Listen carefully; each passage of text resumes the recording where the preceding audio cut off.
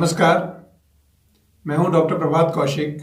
आपके लिए लेकर आया हूं UCSKM प्रेजेंट्स शिक्षा की बात। पिछले एपिसोड में हमने एडोलेसेंट बच्चों के बारे में बात की थी, जहां बहुत सारी ऐसी चीज़ें थीं जो बच्चे को लेटर लाइफ में जब वो मैच्योर हो जाता है तब ग्रो नहीं करने देती हैं, उस बच्चे को नुकसान पहुंचाती हैं, उस बच्चे को आइसोलेटेड कर देती हैं, एंक्सियस कर देती हैं, एंगर में रखती हैं, मूडी बना देती हैं, कन्फ्रंट्रेशनिस्ट बना देती हैं। तो इस तरह की बहुत सारी चीज़ों पर हमने पिछले एपिसोड में बात की थी। उसी से संबंधित कुछ और चीज़ों पे आज हम चर्चा करेंगे, जिसमें जैसे साइबर बुलिंग। कई बार हमारे एडोलेसेंट बच्चे बड़े ही फॉन्ड होते हैं फेसबुक के, व्हाट्सएप के, इंस्टाग्राम के, टेलीग्राम के, जो भी सोशल मीडिया साइट्स हैं, यूट्यूब के। तो वहाँ वो वर्चुअल वर्ल्ड में उनको नहीं मालूम होता कि कितनी सच्चाई है और कितना इसमें झूठ है। तो वो फेसबुक पे ऐसे फ्रेंड्स भी बना बैठते हैं जो कि उनकी उम्र के नहीं होते हैं, जो चाइल्ड प्रेडेटर्स होते हैं, जो बच्चों को फंसाने का काम करते हैं, जो इलीगल तरीके से फेसबुक को चला रहे होते हैं। तो कई बार बच्चे उसमें भी आ जाते हैं, और जब बच्चे उसमें एक बार उस ट्रैप में आ गए जो चाइल्ड प्रेडेटर्स हैं उनके में, तो वो उनको बुलिंग भी करते हैं। साइबर बुलिंग इसको बोलते हैं। तो हम बच्चों को, यदि हमारा बच्चा हमसे कुछ छुपा रहा है, यदि हमारा बच्चा अपना मोबाइल हमको नहीं दिखा रहा है, यदि हमारा बच्चा अपने फेसबुक पे हमको अपना फ्रेंड नहीं बना रहा है, इसका मतलब मानिए there is something wrong somewhere. तो इसका बड़ा साधारण सा तरीका है कि आप बच्चे को फ्रीडम दीजिए।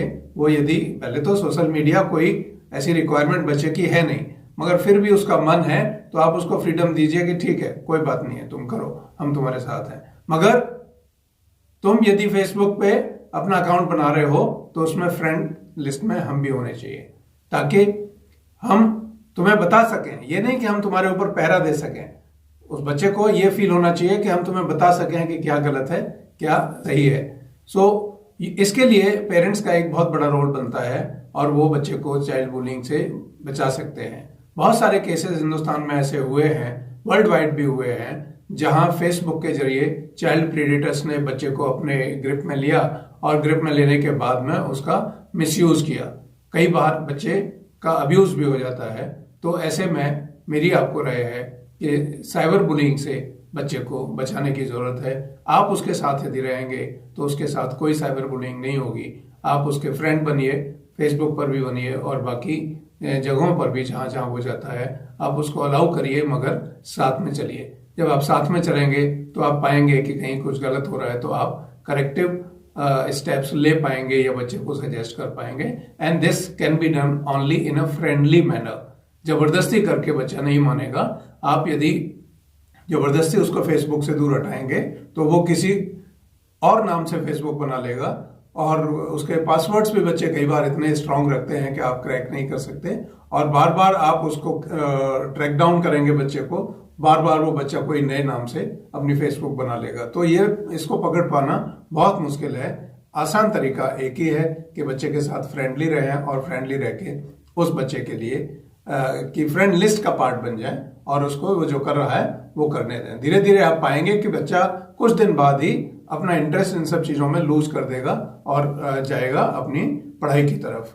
यदि आपने रोकने की कोशिश की, तो जैसा कहते हैं कि पानी को रोकना आसान नहीं होता है, उसी तरीके से यंग बच्चों को और विशेषकर एडोलेसेंट बच्चों को रोकना आसान नहीं होगा। मेरी राय यह है कि उनके साथ फ्रेंडली बने और उनको साइबर बुलिंग से बचाने की कोशिश करें।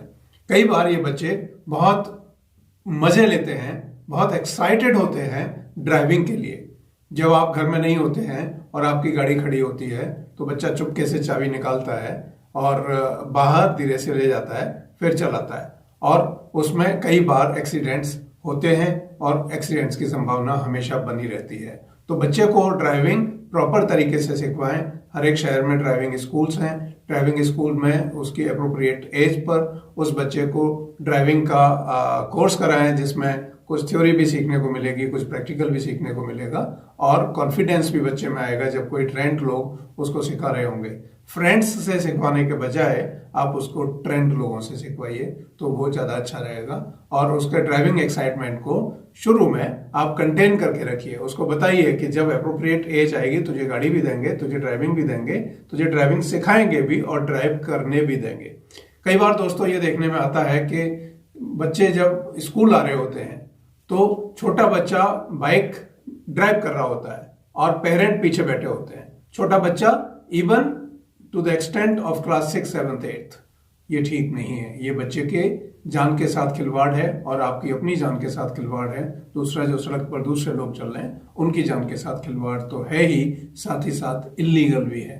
तो मैं सभी पेरेंट्स को इसके लिए रिक्वेस्ट करना चाहता हूं कि किसी भी हाल में जब तक बच्चा ड्राइविंग के लिए तैयार नहीं है, जब तक उसकी लीगल एज उसके पास नहीं है, जब तक उसके पास ड्राइविंग लाइसेंस नहीं है, तब तक बच्चे को गाड़ी ना दें। नहीं तो कई बार बच्चे की अपनी जान के लिए मुसीबत हो सकती है, कई बार वो दूसरों की जान के लिए मुसीबत बन सकता है।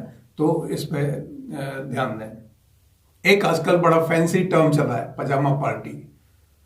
दोस्तों, pyjama party is nothing but going with the friends, staying a night somewhere, may be at somebody's house, हो सकता है किसी के फार्म हाउस में, हो सकता है किसी होटल में।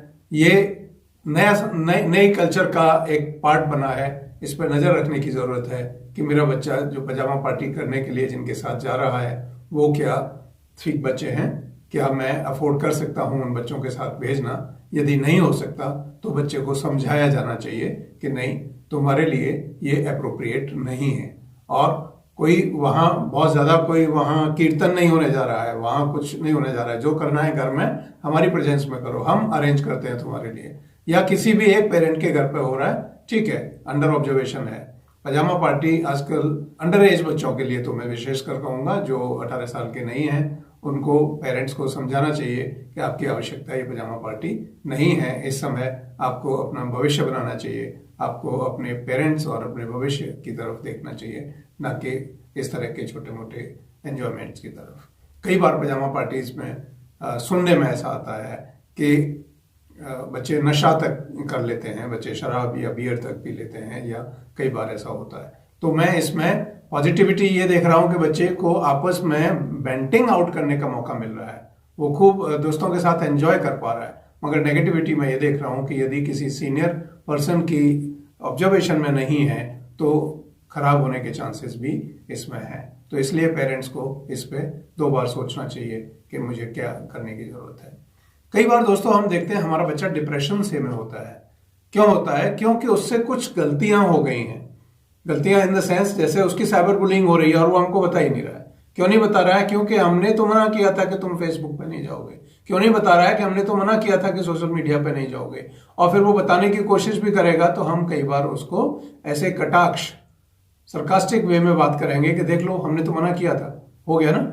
तो ऐसे में बच्चा आपको बचता है आपको बताने से। तो आपको क्या करना है, कुछ हो भी रहा है, कुछ गलत भी है, तो भी आपको उसको पेशेंट हियरिंग देने की जरूरत है, उसकी सुनने की जरूरत है। सुनने के हिसाब से उसके तरीके से उसको समझाने की जरूरत है कि यस तुम्हारे साथ ये गलत हुआ है, डोंट वरी, इसको रिजॉल्व करने के लिए हम तुम्हारे साथ हैं। तो बच्चे को डिप्रेशन से बचाने के लिए ये एक बहुत जरूरी स्टेप है जो हर एक पेरेंट को लेने की आवश्यकता है। पेरेंट्स एक काम बहुत अच्छे से कर सकते हैं to check depression and other things, कि हम डिनर एक साथ करेंगे। डिनर टाइम सबका एक होगा और टेबल पे ही करेंगे, अलग अलग अपने अपने कमरों में, अपने अपने टीवी के सामने, अपने अपने सोफे पे, अपने अपने बेडरूम में बेड पे खाना नहीं खाएंगे। ये यदि आपने एक रूल बना दिया तो आप अपने यंग बच्चों को बहुत अच्छा फ्यूचर दे पाएंगे। उसका फायदा क्या होता है कि जब सारी फैमिली साथ में बैठ के डिनर, लंच या कोई भी खाना खा रही है, तो लंच और ब्रेकफास्ट के लिए मैं इसलिए नहीं कहता कि नॉर्मली लोग एक साथ घर पे नहीं होते हैं, बट डिनर एटलीस्ट एक ऐसा टाइम है जो सब लोग एक साथ कर सकते हैं। सारे पेरेंट्स, सारे बच्चे, ग्रैंड पेरेंट्स, जो भी लोग घर में रहते हैं, सारे लोग एक साथ बैठ के, जरूरी नहीं कि डाइनिंग टेबल पे ही खाएं, डाइनिंग टेबल नहीं है तो जमीन पर बैठ के भी खा सकते हैं या एक रूम में बैठ के भी खा सकते हैं, और उसको खूब एंजॉय करते हुए एक दूसरे के साथ, खूब मजाक करते हुए एक दूसरे के साथ यदि भोजन खाया जाए तो उसका असर शरीर पे भी ज्यादा पड़ता है और भोजन की क्वालिटी भी इंप्रूव होती है। दूसरा, परिवार में इंटरपर्सनल रिलेशनशिप भी अच्छे स्ट्रॉन्ग बॉन्डिंग के साथ बनते हैं, एक दूसरे का ख्याल रख पाते हैं। और वो जो डिप्रेशन वाली बात मैं कर रहा था, यदि बच्चा पेरेंट्स के साथ बैठ के खाना खा रहा है तो आप बड़े आसानी से देख सकते हैं कि आज मेरा बच्चा हैप्पी मूड में है, सैड मूड में है, डिप्रेस्ड है, नर्वसनेस का शिकार है या कुछ भी ऐसा है, तो वो आपको तुरंत दिख जाएगा और आप तुरंत उससे बात करके उसको सिचुएशन को डिफ्यूज कर सकेंगे और उस बच्चे की मदद कर सकेंगे to come out of the situation. तो डिनर टाइम एक टाइम पूरी फैमिली का होना चाहिए, इससे अच्छा कोई दूसरा मौका सारी फैमिली को बीइंग टुगेदर होता नहीं है। डिनर के बाद यदि संभव है तो 10 मिनट गपशप करें, जोक सुनाएं, हंसने का कोई तरीका ढूंढें जिससे कि आपका खाना भी अच्छे से पचेगा और साथ में आपकी बॉन्डिंग भी आपस में अच्छे से होगी। कई फैमिलीज ऐसा करती हैं और बहुत अच्छा लगता है उनके यहाँ। दोस्तों, मैं समझता हूँ डिनर टाइम बहुत इंपॉर्टेंट टाइम है, इस पर आप ध्यान देंगे बच्चों के हित के लिए। कुछ बच्चे एडोलेसेंस में कई बार जब पेरेंट्स उनको उनके हिसाब से नहीं समझा रहे होते हैं, समझना तो वो भी चाहते हैं, मगर जब पेरेंट्स उनके हिसाब से जिस भाषा में उनको समझ में बात आती है उस भाषा में नहीं समझा पा रहे होते हैं, या बहुत ज़्यादा स्ट्रिक्ट होते हैं, या बहुत ज़्यादा क्रूड होते हैं, या बहुत ज़्यादा सरकास्टिक होते हैं, ऐसी सिचुएशन में बच्चे कई बार सेल्फ इंजरी तक की स्टेज पर पहुंच जाते हैं, वो अपने आप को नुकसान पहुंचाते हैं। दोस्तों, ये बहुत ही पुअर सिचुएशन होती है जिसको हैंडल करना बहुत मुश्किल हो जाता है। ऐसी सिचुएशन परिवार में बच्चों के साथ ना आने दें। और जब बच्चा इस तरह के डिस्टर्बेंसेस लेके आ रहा होता है लाइफ में, जैसे साइबर बुलिंग हो रही है, ड्राइविंग रिलेटेड उसको गिल्टी कॉन्शियसनेस है, डिप्रेशन है, पजामा पार्टी में उसको मजा नहीं आया या गया नहीं, या कुछ गलत हो गया उसके साथ, या हम एक साथ डिनर नहीं करते हैं, तो वो बच्चा कई बार अपने आप को नुकसान पहुंचा लेता है। और इन सब का इम्पैक्ट जो आता है बच्चे की स्लीप पे आता है, उनकी नींद पे आता है। यदि नींद पूरी नहीं होती हो रात में, 7 घंटे 8 घंटे की नींद यदि बच्चा रात में नहीं ले तो उसका दिन हेल्दी रह नहीं सकता, और दिन हेल्दी रहेगा नहीं तो वो फोकस अपनी पढ़ाई पे कैसे कर पाएगा। ऐसे में आपको ध्यान देने की जरूरत है कि मेरा बच्चा एक सही टाइम पे सो रहा है, एक सही टाइम पे जग रहा है। और इस स्लीप डिसऑर्डर से बच्चे को दूर रखने के लिए खाना टाइम पे खाना, खाने के बाद थोड़ा टहलना, मजाक करना, मस्ती करना, उसके बाद सोना। सोने से पहले कम से कम 1 घंटे पहले जितना भी डिजिटल डिवाइसेस हैं उन सबका बंद हो जाना चाहिए कि कोई भी ब्लू लाइट बच्चे को देखने को नहीं मिलनी चाहिए। फॉर एग्जाम्पल, व्हाट्सएप नहीं होना चाहिए, फेसबुक नहीं होना चाहिए, ईमेल नहीं होना चाहिए, ना मोबाइल पे हो ना लैपटॉप पे हो, और अवॉइड करें कि टीवी भी उस समय ज़्यादा नहीं देखा जाए। सोने से कम आधा घंटे पहले टीवी भी ऑफ हो जाना चाहिए, तो आप पाएंगे कि सॉलिड नींद आएगी। एक और तरीका बताता हूँ अच्छी नींद लाने का। बच्चों को सोने से पहले यदि नहा लें तो बहुत अच्छा है, यदि नहीं नहा सकते हैं तो एटलीस्ट पैरों के पंजे जरूर धो लें। पुराने टाइम की भी एक ये चलन है कि लोग जब बेड पे जाते थे तो अपने पैर धोते थे पहले, उसके बाद बेड पे जाते थे। तो पैरों को यदि धो लेंगे तो भी बेटर नींद आएगी, और वार्म वाटर से यदि पैर धोएंगे तो और भी बेटर नींद आएगी। तो 7 से 8 घंटे की नींद बच्चे के लिए बहुत जरूरी है, और वो रूटीन नींद होनी चाहिए कि यदि मैं 9 बजे सोता हूं तो रात को रोज 9 बजे सोऊं, और इतने बजे उठता हूं तो उतने ही बजे सुबह उठूं। तो उससे क्या है कि बायोलॉजिकल क्लॉक जो बॉडी की है बच्चे की, वो रिदमिक मैनर में सेट हो जाती है, और फिर बॉडी को sufficient energy, sufficient relaxation, cell का जो रिपेयर एंड मेंटेनेंस का वर्क है वो पूरा हो जाता है, मेटाबॉलिज्म ठीक हो जाता है। तो ऐसे में कोशिश करें कि बच्चा स्लीप डिसऑर्डर का शिकार नहीं बने। क्यों नहीं बनेगा? आपने बाकी चीजों की यदि केयर कर ली तो वो स्लीप डिसऑर्डर उसको नहीं आएगा। कई बार बच्चों में स्लीप डिसऑर्डर एक और चीज को लेके आता है कि दिन में तो वो खेलते हैं, दिन में तो वो टाइम पास करते हैं, और रात को बैठ के अपना होमवर्क करने की कोशिश करते हैं। तो हर एक पेरेंट कम से कम ये इंश्योर कर लें कि जब बच्चा स्कूल से घर आए तो पूछ लें कि आज कितनी देर का होमवर्क है, और फिर उसको इस तरह से प्लान करें कि होमवर्क उसके स्लीपिंग टाइम से पहले या डिनर से भी पहले होमवर्क खत्म हो जाए, ताकि वो मस्ती के साथ डिनर कर सके और फिर उसके बाद फ्री होके, फ्री माइंड से वो सो सके। दोस्तों, जब इन सब चीज़ों का ध्यान नहीं दिया जा रहा होता है, जो 15-20 चीज़ें मैंने आपको बताई दोनों एपिसोड्स में मिला के, जब इन चीज़ों पे ध्यान नहीं दिया जाता है और बच्चों के साथ बहुत ज़्यादा स्ट्रिक्टनेस बरती जाती है और बच्चा जब नर्वसनेस का, डिप्रेशन का, एंजाइटी का, एंगर का, मूडीनेस का शिकार बनने लगता है, ईटिंग डिसऑर्डर्स होने लगते हैं, स्लीपिंग डिसऑर्डर्स होने लगते हैं, साइबर बुलिंग होने लगता है, ऐसी सिचुएशन में बच्चे को पता नहीं चलता कि मैं इसमें से निकलूं कैसे। तो यदि आप समझा सकते हैं तो आप जरूर समझाइए, आपके बस का नहीं है तो प्रोफेशनल हेल्प लीजिए। मैं और मेरी टीम फ्री ऑफ कॉस्ट मेरे बच्चों के हित के लिए आपको हमेशा अवेलेबल रहेंगे। आप व्हाट्सएप करिए, व्हाट्सएप नंबर स्क्रीन पे दिखता है, हम आप तक पहुंचेंगे और आपकी बात को सुनकर उसका रास्ता आपको सजेस्ट करेंगे। अदरवाइज दोस्तों, क्या होता है कि जब इन सब चीज़ों का केयर नहीं किया जाए तो बच्चों में सुसाइडल टेंडेंसी डेवलप होती है।